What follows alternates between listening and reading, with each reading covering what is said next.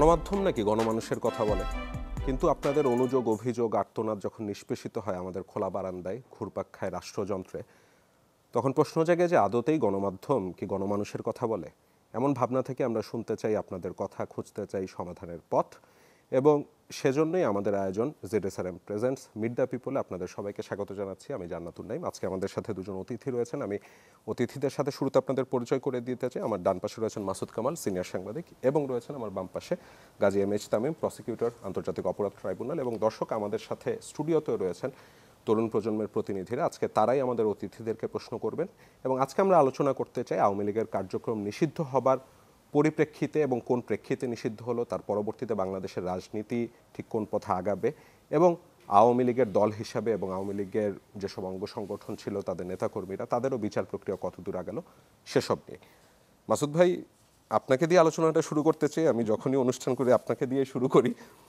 তা আমি দেখলাম আপনি 2-3 দিন আগেই ফেসবুকে একটা স্ট্যাটাস দিলেন যে আওয়ামী লীগের রাজনৈতিক কর্মকাণ্ড নিষিদ্ধ নিয়ে, এবং সেখানে আমি একটু দর্শকদের সুবিধার্থে কোট আনকোট করে বলি। সেখানে আপনি লিখেছেন যে সরকারের সিদ্ধান্ত হচ্ছে বিচার শেষ না হওয়া পর্যন্ত আওয়ামী লীগ কোনো রাজনৈতিক কর্মকাণ্ড চালাতে পারবে না। আচ্ছা, গত 9 মাসে আওয়ামী লীগ এমন কি রাজনৈতিক কর্মকাণ্ড চালিয়েছে যে ঘটা করে এমন সিদ্ধান্ত নিতে হলো? আর এমন সিদ্ধান্ত গ্রহণের জন্য একটা পাতানো আন্দোলনেরই বা আয়োজন কেন করতে হলো? তো আপনার কাছে এটা পাতানো আন্দোলন কেন বলে মনে হচ্ছে? আজকে একটা আন্দোলন ছিল, আমি এখানে আসতে আসতে জানলাম, জগন্নাথ ইউনিভার্সিটির একটা আন্দোলন। জি।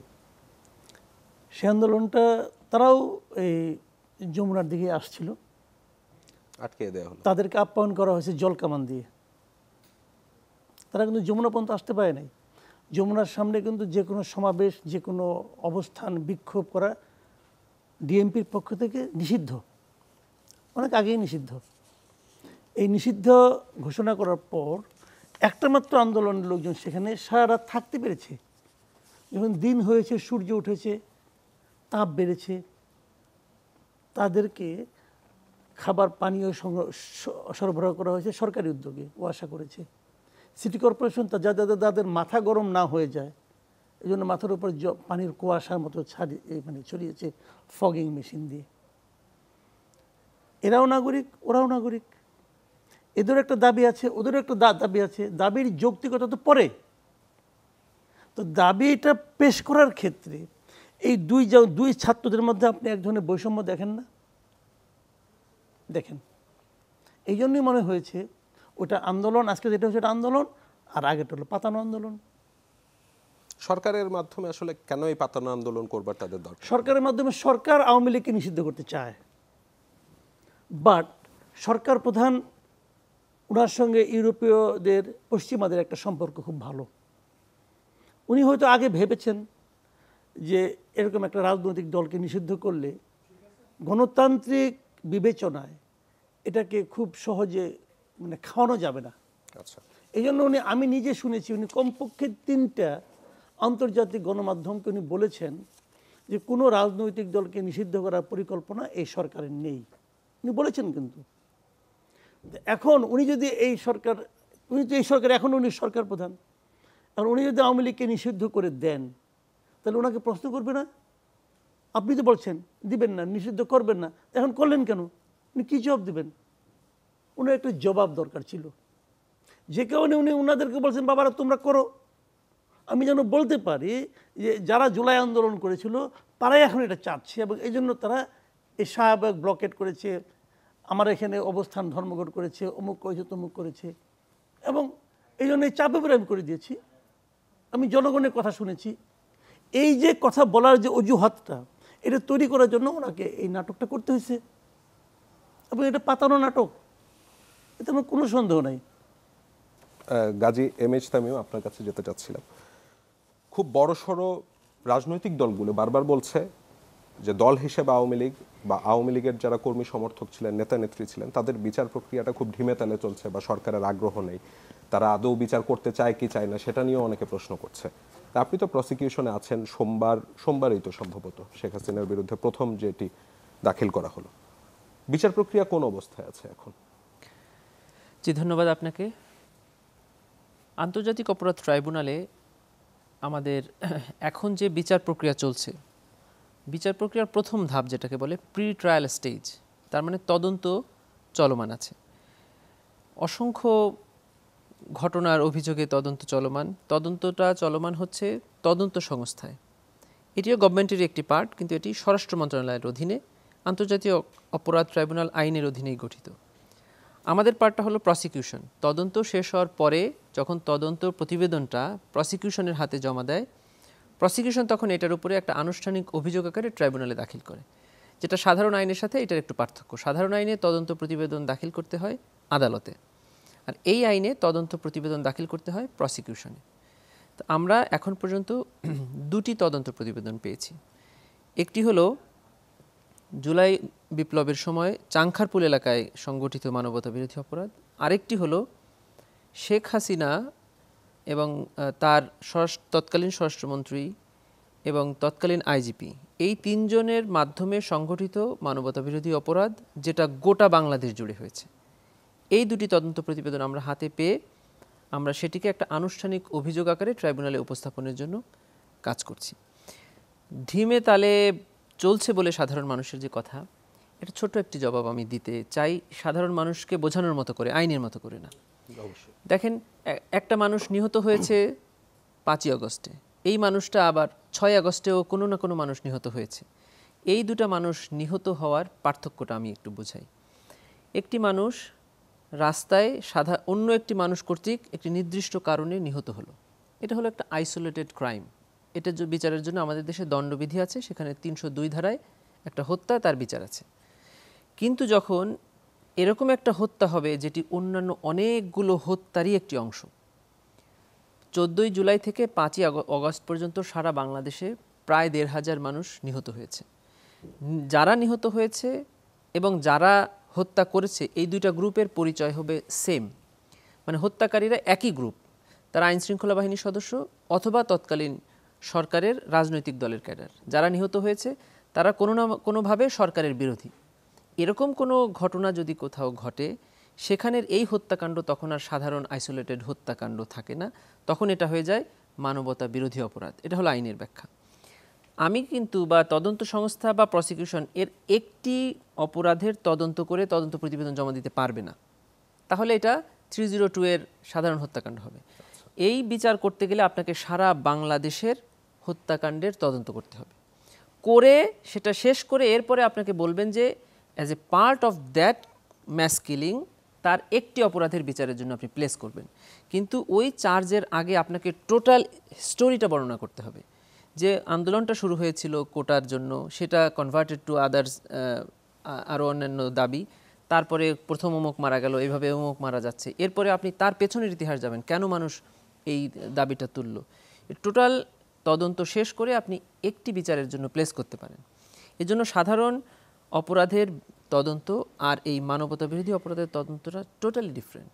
মানবতা বিরোধী অপরাধকে আমরা বলি হলো ক্রাইম অব দি ক্রাইমস, মানে অপরাধের মধ্যে সবচেয়ে নৃশংস যে অপরাধ। সে তুলনায় ট্রাইব্যুনালের এর আগেও একটি বিচার ট্রাইব্যুনালে হয়েছে 71 সালের ঘটনা নিয়ে, তার মধ্যে সবচেয়ে শর্ট যে তদন্তটা হয়েছিল দ্যাট ওয়াজ 18 মান্থস, 1.5 বছর ছিল সর্বনিম্ন তদন্তের পিরিয়ড, এভারেজ তদন্ত ছিল 2.5 থেকে 3 বছর। আমরা সবচেয়ে বড় যে ঘটনাটা, তার মানে সাবেক প্রধানমন্ত্রী শেখ হাসিনার বিরুদ্ধে 1400 হত্যাকাণ্ডের চার্জই এখানে আনা হয়েছে, সেই তদন্তটা তদন্ত সংস্থা সম্পন্ন করেছে 6 মাস 28 দিনে। এই তদন্ত সংস্থাই আরেকটি তদন্ত সম্পন্ন হয়েছে, সেটিও 6 মাসে।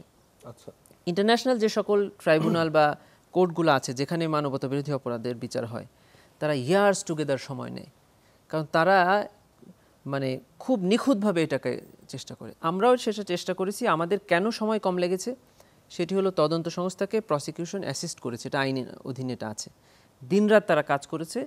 2 নম্বর হলো এই অপরাধটা সংগঠনের পরপরই এই তদন্তটা শুরু হয়েছে, যেটা 71-এর সাথে এখানে সবচেয়ে বড় পার্থক্য। ওইটা শুরু হয়েছিল ঘটনার 40 বছর পর, ট্রাইব্যুনালই গঠন হলো, তারপরে তদন্ত। আর এখানে ঘটনার শেষ দিন হলো 5 আগস্ট, আর প্রসিকিউশন টিম গঠন হলো 5 সেপ্টেম্বর, জাস্ট আফটার 30 ডেজ।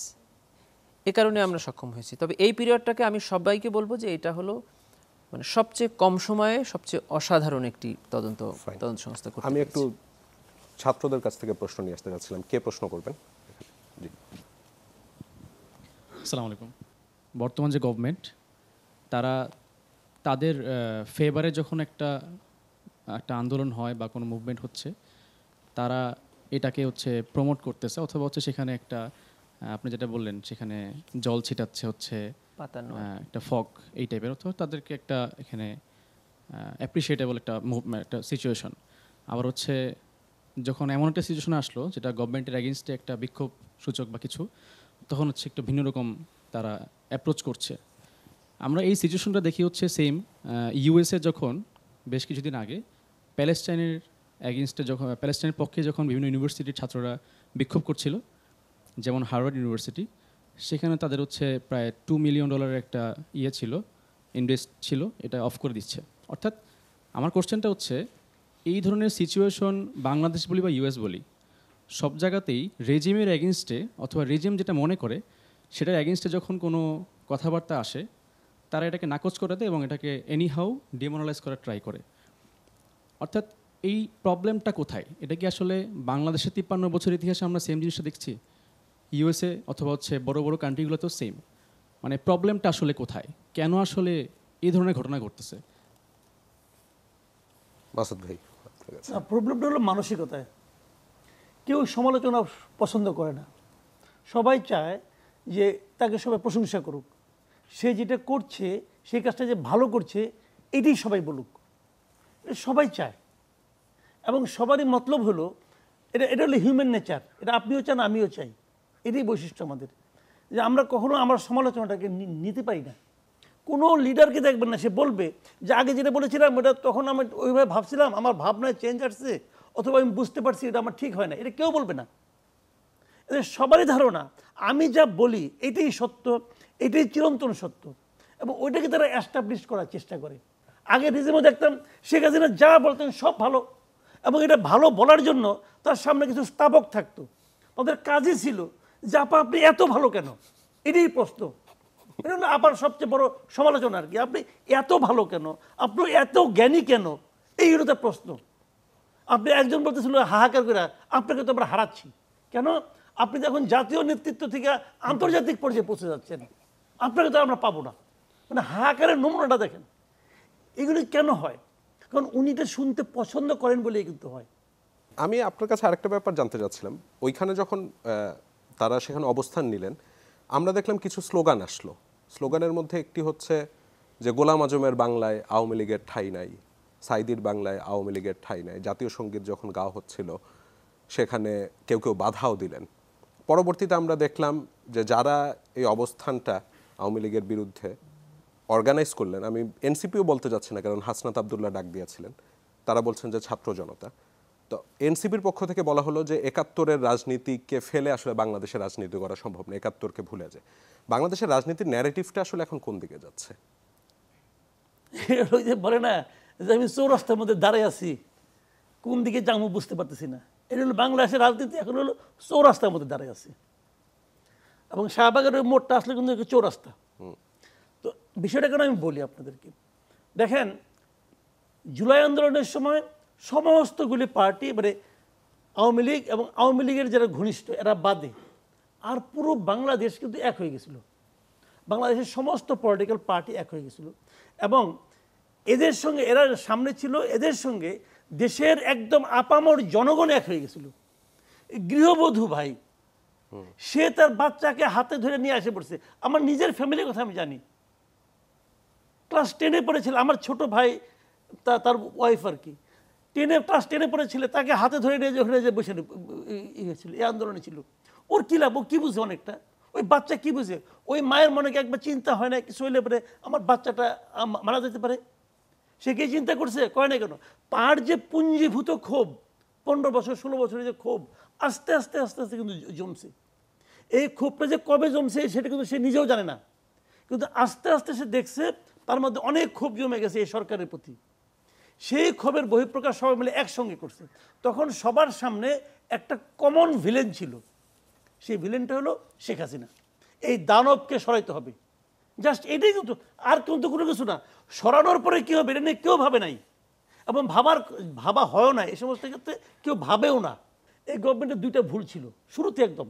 আপনারা কেউ দেখছেন কিনা যাই না, এটা সোশ্যাল মিডিয়াতে অনেক আলোচিত হয়েছিল। এক নম্বর হলো এই গভর্নমেন্ট খুব অথর্ব একটা গভর্নমেন্ট হয়েছে, ক্যাপেবল না। আমার কাছে মনে হচ্ছে এটা একটা বয়স্ক লোকের একটা পুনর্বাসন কেন্দ্র হয়েছে, আমি এটা বলেছিলাম। আর বলেছিলাম এই গভর্নমেন্ট 2 জন ছাত্রকে উপদেষ্টা বানিয়ে একটা ব্লান্ডার করছে। আমি ওই জিনিসটাই বলি, ব্লান্ডারটা কেন সেটা আমি একটু ব্যাখ্যা করি, তাহলে আপনারা অনেকে এটা ভুল বুঝছে। ব্লান্ডারটা কিন্তু তাদের মেধা নিয়ে আমার কোনো আপত্তি নাই, কিন্তু তারা খুব মেধাবী।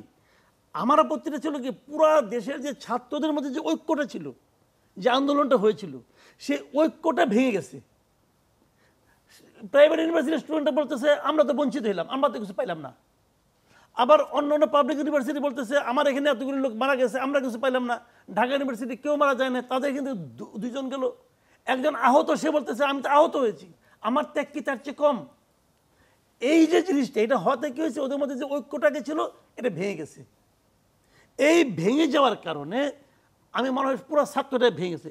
এইবার যে আমি শর্টকাটে আসি, এইবার যখন তারা এখানে একত্রিত হলো, আমি কিন্তু ভেবেছিলাম কি সেই জুলাইয়ের শক্তিটা আবার একত্রিত হয়েছে, যে ইস্যুতে হোক, পাতন ইস্যুতে হোক আর যে ইস্যুতে হোক, সবাই যে একত্র হয়েছিল ভাই। এবার এইখানে হয়েছে যে ওই যে এখন তো সবার মতলব সামনে ইলেকশন, আমার একটা পলিটিক্স, আমার পলিটিক্সকে অ্যাস্টাবলিশ করতে হবে। এই জায়গা থেকে, এই মবের মাঝখান থেকে যারা জামাত শিবির করেন বেসিক্যালি, ওনারা এই স্লোগানগুলি দিয়ে বসছে এই কারণে যে এই লোকগুলির মধ্যে আমাদের স্লোগানটাকে দাঁড়া করে দিই, জাস্ট এইটাই তাদের মূল লক্ষ্যটা ছিল। কিন্তু তাদের জন্য আসলে ক্ষেত্রটা এখনো প্রস্তুত হয় নাই, তাদের একটু আগেই কাজটা করে ফেলেছে। তাই ভাই, এর আগে কখনো দল হিসাবে মানে কিছুর বিচার করা যেত না, এখন সম্ভব সেটা। তার মানে কি ভবিষ্যতে দল হিসেবে আসলে আওয়ামী লীগকে নিষিদ্ধ করবার প্রক্রিয়াটি তৈরি হলো, বিচার যদি কার্যক্রম শেষ হয়, এক। এবং দ্বিতীয়ত হচ্ছে যে একটা কালাকানুন ছিল এর আগে, আমরা কিছু কথাবার্তা বললে ফেসবুকে সাইবার নিরাপত্তা আইনে আমাদেরকে আটকে দেওয়া যেত। এবারও কি আপনারা সেই পথেই আগাচ্ছে নাকি? আচ্ছা, এখানে সবার জানার জন্য আমি আগে বাংলাদেশে কি কি আইন আছে কোনো দল নিষিদ্ধ করার জন্য এটা একটু জানি। সেটা হলো আন্তর্জাতিক অপরাধ ট্রাইব্যুনাল 1973-এ পাশ হলো। এরপরে 2009 সালে এসে তৎকালীন সরকার এটিকে একটা ম্যাসিভ অ্যামেন্ডমেন্ট করলেন তৎকালীন জামাত নেতৃবৃন্দের বিচার করার জন্য। ওটাই হচ্ছে এই আইনের সবচেয়ে বড় অ্যামেন্ডমেন্ট। 2009-এর বিচারের একটা পর্যায়ে গিয়ে রাজনৈতিক দলের বিচারের প্রশ্ন উঠল। তখন 2013 সালে তৎকালীন সরকার এই আইনটাকে সংশোধন করে ব্যক্তির পাশাপাশি রাজনৈতিক দলকেও বিচারের অপশন রাখলেন 2013 সালে। আচ্ছা, সেখানে কিভাবে বিচার করা হবে সব বর্ণনা করা আছে, কিন্তু বিচারের পরে শাস্তি কি দেওয়া হবে শুধু এই ধারাটা ছিল না। তো যখন একটা ধারা না থাকে তখন কিন্তু আদালতের ইখতিয়ার থাকে, তারা চাইলে, যেহেতু নাই কিন্তু নিষেধ তো নাই যে আপনি শাস্তি দিতে পারবেন না, কিন্তু বিচারের ইখতিয়ার তো আদালতকে দেওয়া হয়েছে। সেটি তৎকালীন সরকার রাখলেন ঠিকই, কিন্তু বিচারে এগোলেন না। লাস্ট 2024-এ যখন এই আইনটি সংশোধনের জন্য আবার আসলো, তখন বিভিন্ন মেয়াদে কোনো রাজনৈতিক দলকে ব্যান করার অথবা সাসপেন্ড করার প্রপোজাল আসলো। কেউ বলল 10 বছর, 5 বছর বা স্থায়ীভাবে। সরকার সেদিকে আর গেলেন না। সরকার ওই আওয়ামী লীগের যে সংশোধনী ছিল যে বিচার করা যাবে, সেখানেই রেখে দিলেন। বিচার করা যাবে না এটা কিন্তু কখনোই না। 2013 থেকে এখন পর্যন্ত রাজনৈতিক দলের বিচারের ব্যবস্থা এই আইনে আছে, কিন্তু শাস্তির ব্যবস্থাটা ছিল, মানে শাস্তি কি হবে সেটা উল্লেখ ছিল না। বিচারক চাইলে বলে দিতে পারতো যে হ্যাঁ অপরাধ প্রমাণিত হয়েছে, government will decide the verdict বা কম্পেনসেশন। কি পরিবর্তন? এখন শুধু যুক্ত হয়েছে যে শাস্তিটা কি হবে। সেখানে বলা হয়েছে সাসপেন্ড করা যাবে, ব্যান করা যাবে, তাদের প্রপার্টি ক্রোক করা যাবে, বা এই রাজনৈতিক দলের কোনো সদস্যের বিরুদ্ধেও যে কোনো ব্যবস্থা নেওয়া যাবে। শুধু এতটুকুই হয়েছে। আর অর্গানাইজেশন জিনিসটা কি তার একটা সংজ্ঞা এখানে দেওয়া হয়েছে। রিসেন্টলি এই আন্দোলনের ফলে ওনারা এটা যুক্ত করলেন। যুক্ত করার পরে এখন আমরা এটা বিচার করতে আগেও পারতাম, এখনও পারি, তবে এখন শাস্তিটা দেওয়ার ব্যাপারে ট্রাইব্যুনালের একটা সুস্পষ্ট নির্দেশনা থাকলো। তো গভর্নমেন্টের সার্কুলার দেখে আমি যেটা বুঝেছি সেটা হলো বিচার প্রক্রিয়া ট্রাইব্যুনালে চলমান থাকবে, ততদিন পর্যন্ত তাদের কার্যক্রম নিষিদ্ধ থাকবে। মানে আওয়ামী লীগের অস্তিত্ব থাকবে, কিন্তু তাদের সকল কার্যক্রম, অ্যাক্টিভিটিস এটা আইনগতভাবে নিষিদ্ধ থাকবে, এরকম করেই দেওয়া হয়েছে। আর ট্রাইব্যুনালে এখনও কিন্তু কোনো রাজনৈতিক দলের বিচার অথবা তদন্ত কোনো কিছুই শুরু হয়নি। যেটা চলছে সেটা হলো ব্যক্তিদের বিরুদ্ধে, যদিও এখানের বেশিরভাগ আসামি হলো আওয়ামী লীগের নেতা অথবা কর্মীরা। এই বিচারগুলো বা ট্রায়ালে যদি এদের বিরুদ্ধে মানবতা বিরোধী অপরাধের প্রমাণ হয়ে যায়, তখন হয়তো বা রাজনৈতিক দল হিসাবে বলা যায় যে এই দলের কর্মীরা এই জুলাই অভ্যুত্থান পিরিয়ডে মানবতা বিরোধী অপরাধ সংগঠন করেছেন, সেক্ষেত্রে বিচারের জন্য আরেকটু সহজ। আমরা যদি একটা ছোট বিরতি নিয়ে তারপর আবার আলোচনাটা করি। দর্শক, জেরেসারাম মিট দ্য পিপল অনুষ্ঠানে সময় হলো একটা ছোট্ট বিরতির, ফিরছে একটু পর, সাথে থাকুন।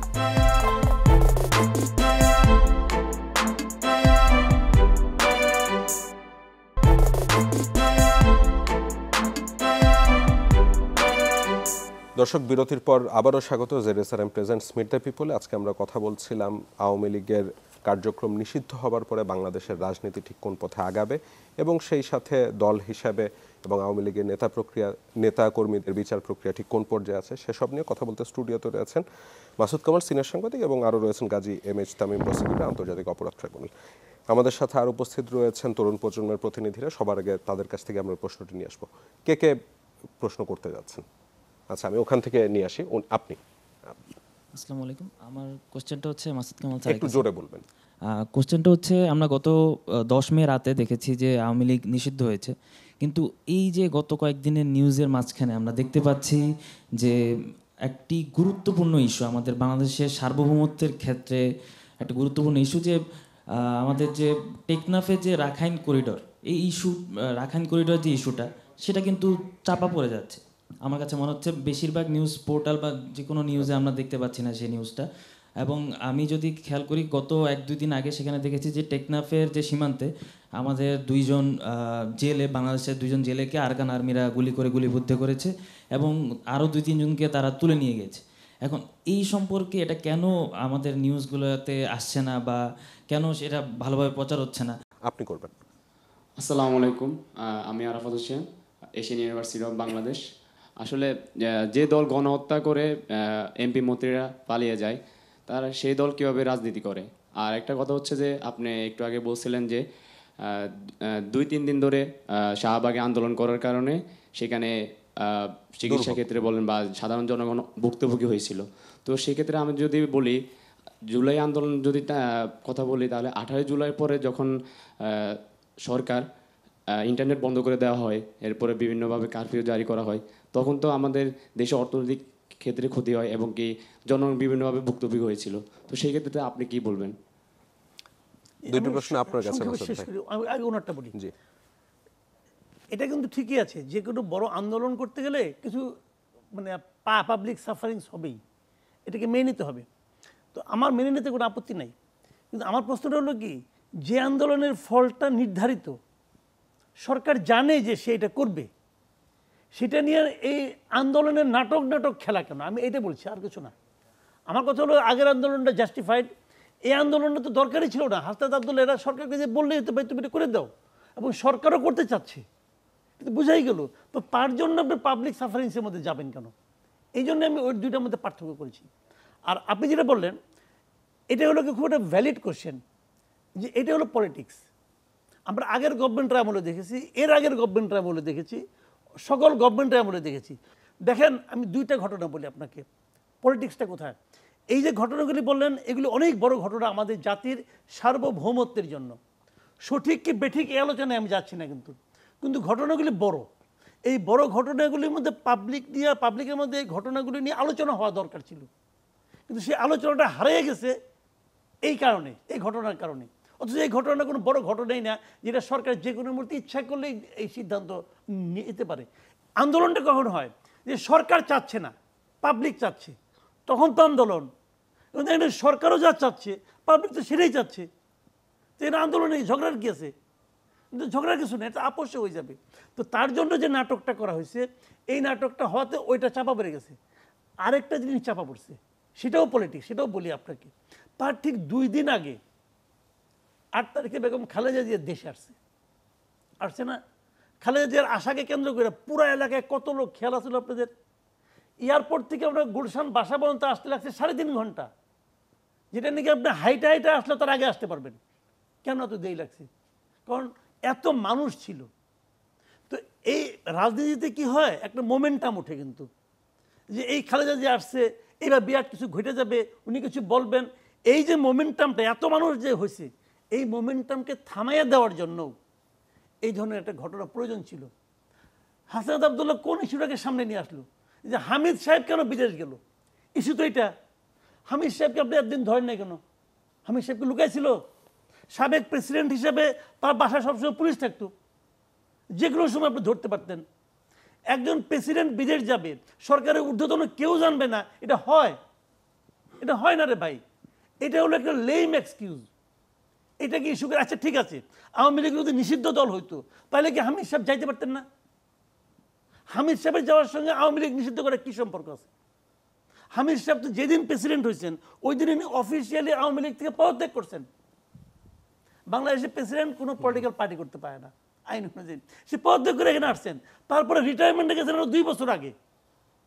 তো উনি যাওয়ার সঙ্গে আওয়ামী লীগকে নিষিদ্ধ করার কি সম্পর্ক? ধরলাম আওয়ামী লীগ নিষিদ্ধ হয়ে গেছে, নিষিদ্ধ হওয়ার পরে কি হামিদ সাহেবের যাওয়ার ক্ষেত্রে আইনগত কোনো বাধা ছিল? ছিল না তো। অল আর ড্রামাস। এই ড্রামাগুলি করা হয়েছে মানুষের দৃষ্টিটাকে হয় ঢেকে দেওয়ার জন্য অথবা সরিয়ে দেওয়ার জন্য। দুটো প্রশ্ন নিয়ে আসবো, ওখান থেকে আপনি করবেন। আসসালামু আলাইকুম, আমি এহসানুল করিম তানজিল, আহসানুল্লাহ বিজ্ঞান ও প্রযুক্তি বিশ্ববিদ্যালয় থেকে।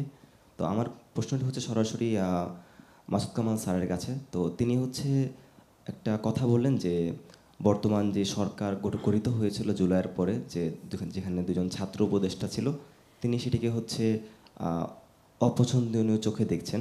আমার প্রশ্নটি হচ্ছে এরূপ যে আন্দোলনের সময় তো আসলে শিক্ষার্থীরা এবং জনতারা মিলিত আসলে আন্দোলনটা পরিচালনা হয়েছিল। তো সেক্ষেত্রে শিক্ষার্থীদের মধ্যে থেকে যদি কেউ সরকার পরিচালনার দিকে অগ্রসর না হয়, তাহলে আসলে এই সরকারের ম্যান্ডেট কি আদৌ থাকে কি না? দ্বিতীয়ত আরেকটি প্রশ্ন, তিনি বলেছেন যে শাহবাগের যে চলমান আন্দোলনটি ছিল সেটি একটি পাতানো আন্দোলন ছিল। তো সেক্ষেত্রে আসলে আমি প্রশ্ন করতে চাচ্ছি এরূপ যে আমরা দেখেছি যে আওয়ামী লীগ নিষিদ্ধকরণের ক্ষেত্রে বিভিন্ন রাজনৈতিক দলের একটি ভেটো ছিল। তো সেই প্রেক্ষাপটে আমরা এটাও দেখেছি যে সোশ্যাল মিডিয়া বা অনেক জায়গাতে ছিন্ন বিচ্ছিন্নভাবে আওয়ামী লীগরা হচ্ছে মিছিল মিটিং করেছে।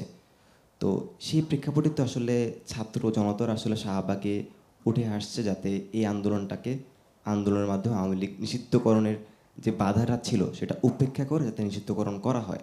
তো এই ব্যাপারে আসলে আপনি কি মনে করছেন স্যার? আচ্ছা, বুঝেছি। আমি আরেকটা প্রশ্ন নেব, আওয়ামী লীগের নিষিদ্ধকরণ প্রক্রিয়া নিয়ে কোনো প্রশ্ন আছে নাকি? তাদের বিচার প্রক্রিয়া কিভাবে আগাচ্ছে, কেউ করবেন এখানে? জি। আমি মোহাম্মদ মেহেদি হাসান, ইন্ডিপেন্ডেন্ট ইউনিভার্সিটি থেকে। এখন অন্তর্বর্তীকালীন সরকার, তার সাথে এনসিপির যারা বিভিন্ন নেতাকর্মী আছে, তারা যেভাবে দেশে পরিচালনা করতেছে দেশটাকে, তো আগে এবং এখন এই জিনিসগুলোর ভিতরে কতটুকু ডিফারেন্ট আছে, এবং আওয়ামী লীগের যে বিভিন্ন নেতাকর্মীরা তারা নিষিদ্ধ হওয়ার আগে এবং পরে বা 5 তারিখের পরেই এখনও তারা স্বাধীনভাবে ঘুরে বেড়াচ্ছে বা চাইলেই দেশের বাইরে চলে যেতে পারছে, সেখানে কোনো বাধা নাই। তো এই জিনিসগুলো আসলে এই বর্তমান সরকার কিভাবে হ্যান্ডেল করতেছে, বা তারা এই জিনিসগুলোকে কতটুকু শক্ত হাতে দমন করার চেষ্টা করতেছে, আমার কোশ্চেনটা হচ্ছে এই জায়গাটায়।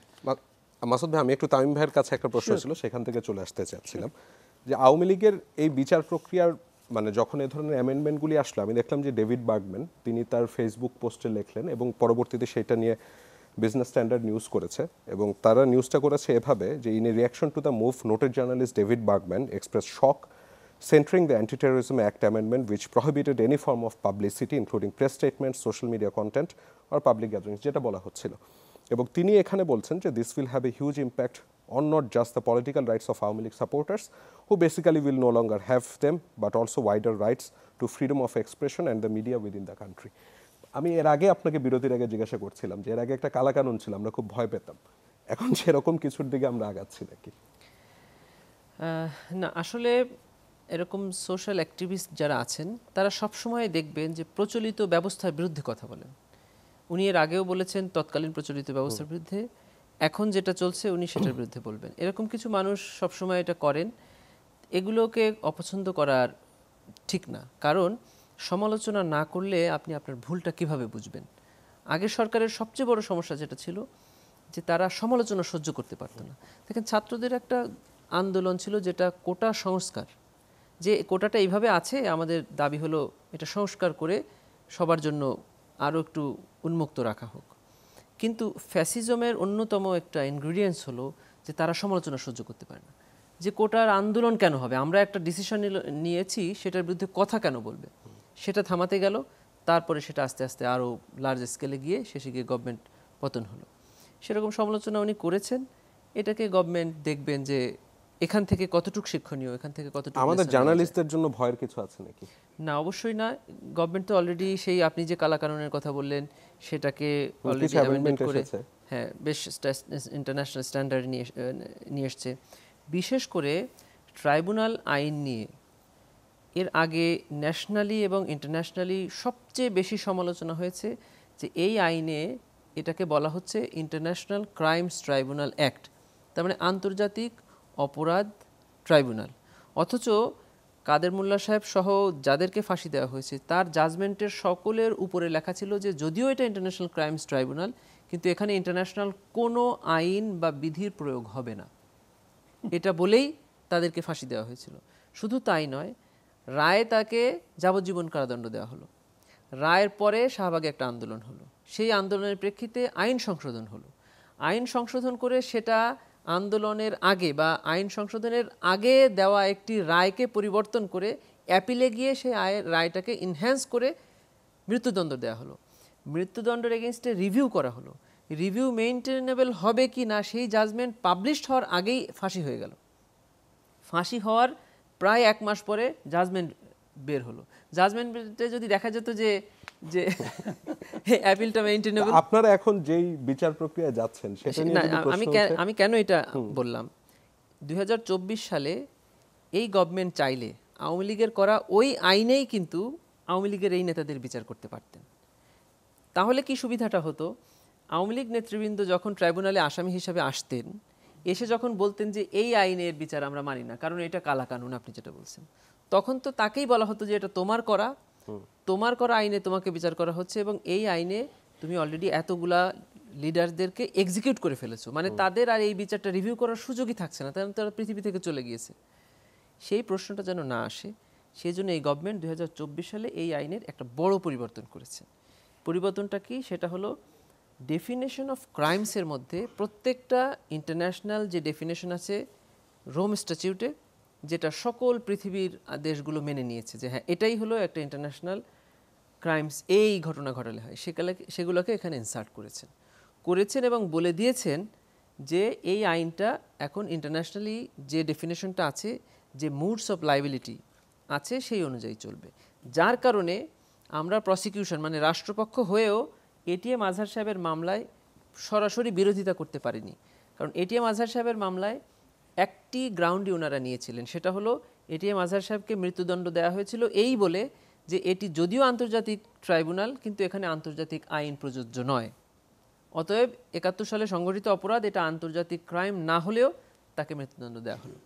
এখানে এসে যখন ওনারা এই গ্রাউন্ডটা তুলেছেন, আমরা বলছি এই গ্রাউন্ডের সাথে আমাদের দ্বিমত করার সুযোগ নাই, কারণ আমরা অলরেডি আইন পরিবর্তন করে বলেছি যে আগে যে সংজ্ঞাটা ছিল সেই সংজ্ঞা বাদ নতুন সংজ্ঞা প্রতিস্থাপন করা হয়েছে এবং সেখানে বলা হয়েছে যে international definition of crimes, that is crimes against humanity, সেটাই প্রযোজ্য হবে। বুঝেছি। মাসুদ ভাই, আপনার কাছে দুটো প্রশ্ন ছিল, আমিও সাথে একটু অ্যাড করে দিচ্ছিলাম। ভারত খুব উদ্বিগ্ন, তারাও উদ্বিগ্ন জানিয়েছে আওয়ামী লীগকে নিষিদ্ধ করে, তা নিয়ে আপনার কোনো প্রতিক্রিয়া আছে নাকি? না, এটা তো ভারতের পলিসি। দেখেন একটা জিনিস তো হয়ই, সাথে তাদের দুজনের উত্তর। আমরা বাসায় সবার বাসায় কিছু কাজের লোকটার কাছে হেল্পিং হ্যান্ড তো থাকে। তো ধরেন আপনি বাসায় নিয়ম যখনই যাওয়ার সঙ্গে সঙ্গে একজন কাজের মেয়ে সে আসলে আপনার পানি দেয়, না চাইতেই দেয়, আবার মানে খুবই অনুগত ভিত্ত। একদিন যে দেখলেন আপনার বউর সঙ্গে ওই অনুগত ভিত্তির ঝামেলা হয়েছে, সে তার বিদায় করে দিছে, তা আপনার মন খারাপ হবে না? হবে তো রে ভাই, তো ভারতের মন খারাপ হয়েছে, তো সমস্যাটা কি? তারা মনও খারাপ করতে দিবেন না ভাই, এটা কেমন কথা? তার অনুগত ভিত্ত চলে গেছে, তার মন খারাপ, তো এটা হইতে পারে, এটা নিয়ে কোনো আলোচনা নাই। আর আরেকটা যেটা প্রশ্ন ছিল, আমাকে বলা হয়েছিল যে ওই আপনার ছাত্রদের প্রতিনিধিত্ব থাকবে কিনা।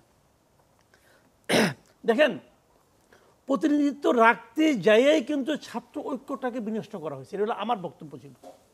কারণ আপনি যখন প্রতিনিধিত্ব রাখবেন, কয়জনকে রাখবেন? মাহফুজ আলম কিন্তু শেষ দিকে সেটাই বলতেছে যে ওই দিন তার স্ট্যাটাসে দেখলাম যে ক্ষমতার অনেকগুলি ভার কেন্দ্র, এবং এই অনেকগুলি ভার কেন্দ্রের মধ্যে সে আফসোস করতেছে যে 3 ডজনের মতো মন্ত্রী আছে, তার মধ্যে আমরা মাত্র 2 জন, কাজে ভার কেন্দ্রে সে সুবিধা করতে পারতেছে না। তাহলে কোশ্চেনটা হলো আপনি কয়জনকে রাখবেন? তাহলে আপনার 36 জনই ছাত্র হইতে হয়। তো 36 জন যদি আপনি ছাত্র রাখেন, তাহলে ওখানে কি গৃহবধূ নাই, কৃষক নাই, চাকরিজীবী নাই, সবাই তো আন্দোলন করছে। তারপরে কয়জনকে রাখবেন, কার প্রতিনিধি রাখবেন? আবার পাবলিক বিশ্ববিদ্যালয় রাখবেন, প্রাইভেট ইউনিভার্সিটি রাখবেন না আপনি, আহতদের রাখবেন না আপনি, আহতরা তো আহত পাই তাদের, গুলি খেয়েছে চিকিৎসা, তারা কি ইনভ্যালিড নাকি? গুলি খেয়েছে পায়ে, মাথার মধ্যে বুদ্ধি আছে, সে তো অ্যাক্টিভ ছিল। তো এই বিষয়গুলো কিন্তু মাথায় রাখতে হবে। যে কারণে আমি বলেছিলাম কি জিনিসটা, আমার যেটা বক্তব্য ছিল ওই সময় এটাকে আমি এক্সপ্লেনও করেছি যে ছাত্ররা যেটা পারতো, দেখেন এই আন্দোলনটা এত বড় কিন্তু হতো না যদি সমন্বয়কদের মধ্যে একটা কেন্দ্রীয় কমিটি থাকতো, তাহলে ভালো হতো না। সমন্বয়করা যার যার মতো সমন্বয়ক, সবাই সমন্বয়ক, কেউ কিন্তু কারোর উপর মাতব্বর ছিল না, কিন্তু সবাই নেতা। এই জন্যই আন্দোলনটা সফল হয়েছিল। যদি তখন এমন একটা করা হতো সকল সমন্বয়ককে নিয়ে একটা কমিটি করতো, সেই কমিটি বলতো যে তোমরা একটা সরকার গঠন করো, আমাদের এই কমিটির সঙ্গে তোমাদের প্রতি 15 দিনে একদিন করে বসতে হবে, আমরা জনগণের পালসটা কি সেটা তোমাদেরকে ইনফর্ম করব, তারপর তোমরা তোমাদের এই অনুযায়ী ব্যালেন্স করে চলবা। তাহলে এই সরকারের কোনো চাপে থাকতো। কিন্তু যখন আপনি 2 জনকে নিয়ে আসছেন, বাকি সবাই নিজেদেরকে বঞ্চিত মনে করা শুরু করেছে, এবং অনেকে মনে করছে আমি তো মন্ত্রী হতে পারলাম না, ঠিক আছে আমি এলাকার মন্ত্রিত্ব করি, এলাকায় যে নিয়ে ওই যে ইএন অফিসে যায় মিটিং করে, বলে আমি সমন্বয়ক, মিটিং করে এটা করে সেটা করে, ডিসির অফিসে যায়, শুনি তো এগুলি সবই। তো এগুলি করে কী হয়েছে, সবাই যার যার মতো ধান্দার মতো ঢুকে পড়ছে, ছাত্র ঐক্য শেষ।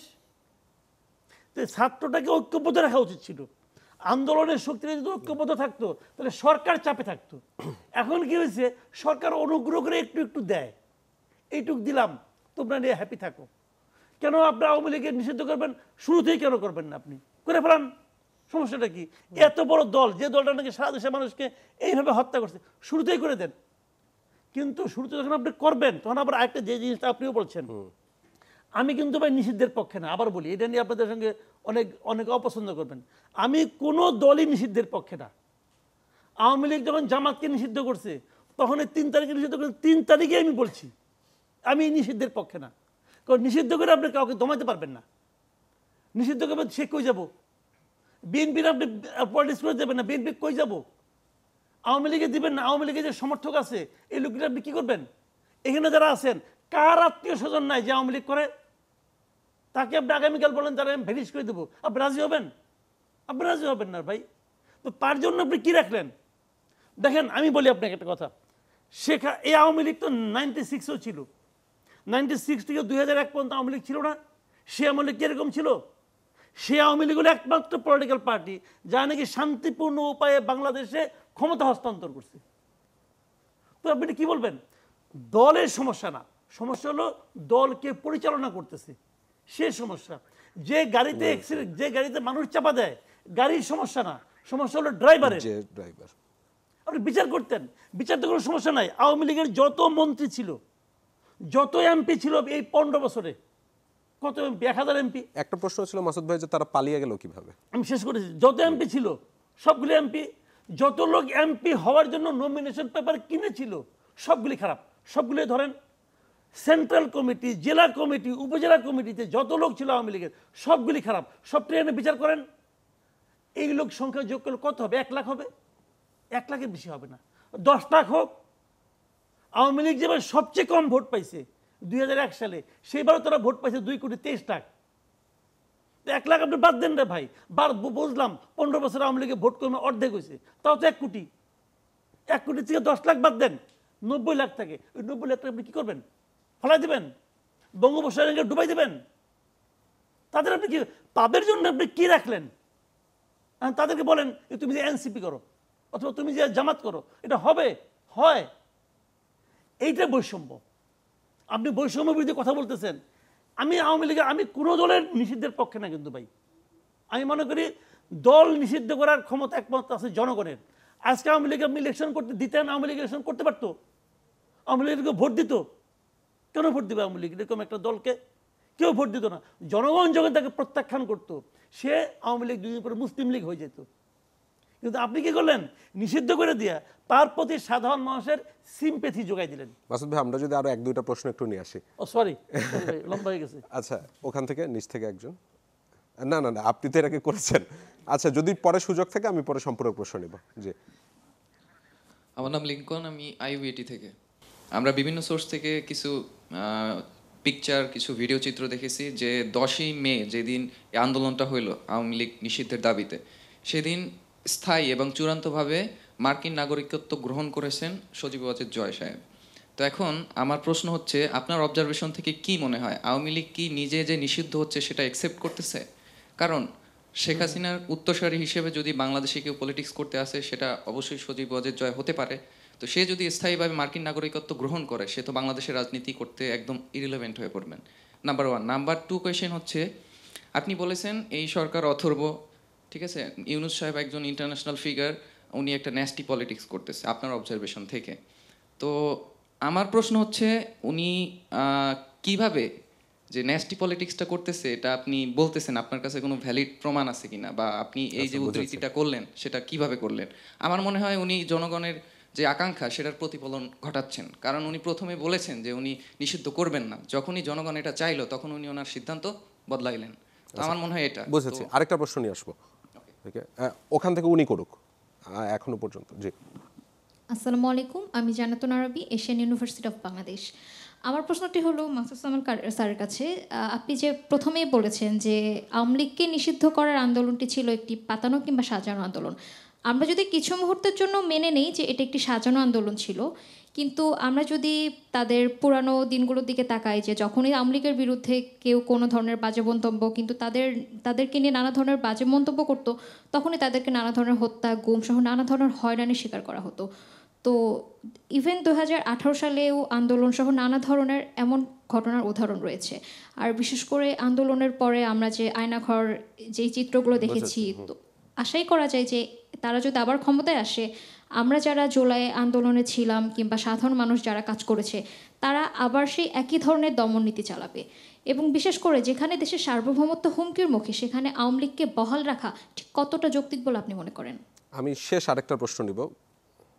না, আপনি তো করেছেন, আপনিও করেছেন, আপনার পাশে ওনাকে দেন। আমি সিদরাতুল মুনতাহা, এশিয়ান ইউনিভার্সিটি অফ বাংলাদেশ থেকে।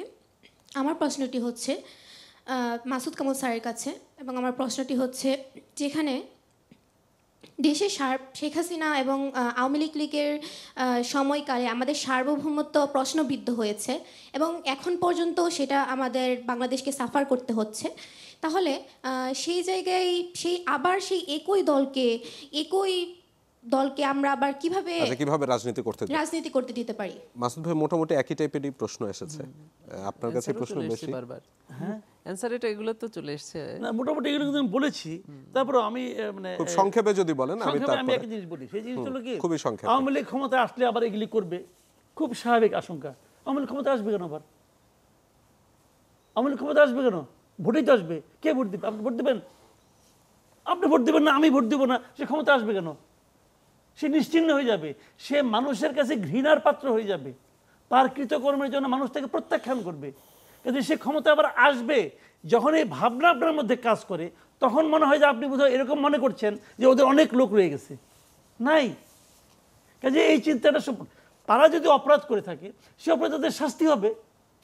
শাস্তি হোক, আইনগতভাবে শাস্তি হচ্ছে, হোক না, কোনো সমস্যা নাই, আমার তো শাস্তিতে কোনো আপত্তি নাই। কিন্তু শাস্তি হওয়ার আগেই আপনি সিদ্ধান্ত নিয়েছেন যে ওকে নিষিদ্ধ করতে হবে, এই জায়গাটাকে আমার কাছে গণতান্ত্রিক মনে হয় নাই। আমার কথা হলো এটাই, আর কোনো কিছু না। এই জায়গাটা আমার কাছে মনে হয় এটা ভাই মানে গণতান্ত্রিক। আমি একটু তামিম ভাইকে দিয়ে আলোচনাটা শেষ করতে যাচ্ছিলাম। আগের প্রসিকিউশনের যেটি বড় দুর্বলতা ছিল, আপনি বলেছিলেন যে ইন্টারন্যাশনাল একটা ট্রাইব্যুনাল, অথচ ইন্টারন্যাশনাল ব্যাপারটাই নাই। এবারে আপনারা কি কি মেজার রাখছেন যেন এইবারের বিচারটা প্রশ্নবিদ্ধ না হয়? জি ধন্যবাদ। দেখেন, এই আপনার প্রোগ্রামে আসার পথে আমি পিজি হসপিটালে গিয়েছিলাম। ওখানে কেবিন ব্লকের 3rd ফ্লোর অ্যান্ড 4th ফ্লোরটাকে আহতদের জন্য ডেডিকেটেড করা হয়েছে। ওখানে এখন 50 জন আহত রোগী আছে। তার মধ্যে খুলনার নাইম নামে একটা ছেলে আছে, যার শরীরে এখন পর্যন্ত 500 পিলেট আছে ওর শরীরে এখন। 3বার বা 4বার সার্জারি করা হয়েছে, কিন্তু এখনও সব মানে রিমুভ করা যাচ্ছে না। ওর ওই পিলেটের যন্ত্রণা শুরু হয়, তখন চিৎকার করে। ওখানে আমি যাওয়ার পরে সব আহতরা আসলেন। তাদের দুটো হাত, একজনের হাত ক্রমান্বয়ে শুকিয়ে আসছে, একজনের পা একটি আস্তে আস্তে ক্রমান্বয়ে শুকিয়ে আসছে, একজনের চোখ একটা ড্যামেজ ছিল আর একটা আস্তে আস্তে ড্যামেজ হয়ে যাচ্ছে। এভাবে ক্রমান্বয়ে ওরা কিন্তু আরও খারাপের দিকে যাচ্ছে। চিকিৎসার ব্যাপার জিজ্ঞাসা করলাম, এখন মানুষ আপনি যেটা বলছেন ক্ষমতার ভাগাভাগি নিয়ে আছে, নির্বাচন নিয়ে আছে, কিন্তু ওই 50টা মানুষের দিকে ওরা 7 দিন 8 দিন পর পর একজন ডাক্তার এসে ওদেরকে জিজ্ঞাসাবাদ করে যে কিছু হয়েছে কিনা। যখন বেশি চায় তখন বলে যে রিলিজ নিয়ে চলে যাও। এরকম একটা সিচুয়েশনে আপনি এই জাতির স্যাক্রিফাইস আবার আমরা কিভাবে আশা করব? আমি ওদেরকে মাঝখানে একটু থামাই, আপনাকে একটু থামাই, 1 সেকেন্ড বলে দিচ্ছি। দেখেন, এই জিনিসটা আমরা কি এদের কাছে আশা করছিলাম? এরা তো এই লোক, এই স্যাক্রিফাইসেরই ফল কিন্তু এই গভর্নমেন্ট। উনি 666 কোটি টাকা নিজের ট্যাক্স মওকুফ করে নিলেন, ওই টাকা তাদের চিকিৎসা করতেন। সেটা এই বিষয় যে সেই ট্যাক্সটা সঠিক ছিল কিনা সেটা একটা প্রশ্ন। কিন্তু আমরা যেটা করছি সেটা হলো যে 71 সালের ঘটনা নিয়ে যে বিচারটা 2010 থেকে 2024 সাল পর্যন্ত চলেছে, আর এখন যেটা হচ্ছে, এর প্রসঙ্গটা কেন আনলাম সেটা হলো এই মানুষগুলো হলো ট্রাইব্যুনালে এখন যে বিচার চলমান আছে তার তাজা প্রমাণ, জ্বলন্ত প্রমাণ, আমরা যেটাকে বলি লাইভ উইটনেস। এই মানুষগুলো যখন কোর্টে এসে সাক্ষী দিয়েছে বা দিবে, তখন এইটা প্রমাণের জন্য মানুষকে আর বোঝানোর দরকার হবে না যে এটা একটা পাতানো বিচার। এই মানুষগুলো শরীরের একটা অঙ্গ আছে আর একটা অঙ্গ নেই, এই দাঁড়িয়ে যখন বলবে যে আমার এই অঙ্গটা এই জাস্ট 3 মাস আগে আমি হারিয়েছি এই কারণে, সেটার ভিডিও ফুটেজ আছে। সেই 71-এর ওই ঘটনার সময় একজন এসে বলল যে হ্যাঁ আমি এটা শুনেছিলাম বা দেখেছিলাম। আর এখন যেটা হবে ট্রাইব্যুনালে বা হচ্ছে, প্রত্যেকেই তার ডিভাইসে তোলা ছবি, তার ডিভাইসে রেকর্ড করা ভিডিও, এগুলো সব রয়েছে। ইন এডিশন তৎকালীন সরকার ইন্টারনেট বন্ধ করে দিয়েছিল, দিয়ে সবাইকে সঠিক তথ্য জানাতে বাধাগ্রস্ত করেছিল। কিন্তু ওই সময় সরকার তার ব্যক্তিগত ফোন ব্যবহার করে কথোপকথন করেছে, সেগুলো এখন তদন্ত সংস্থার হাতে এসেছে।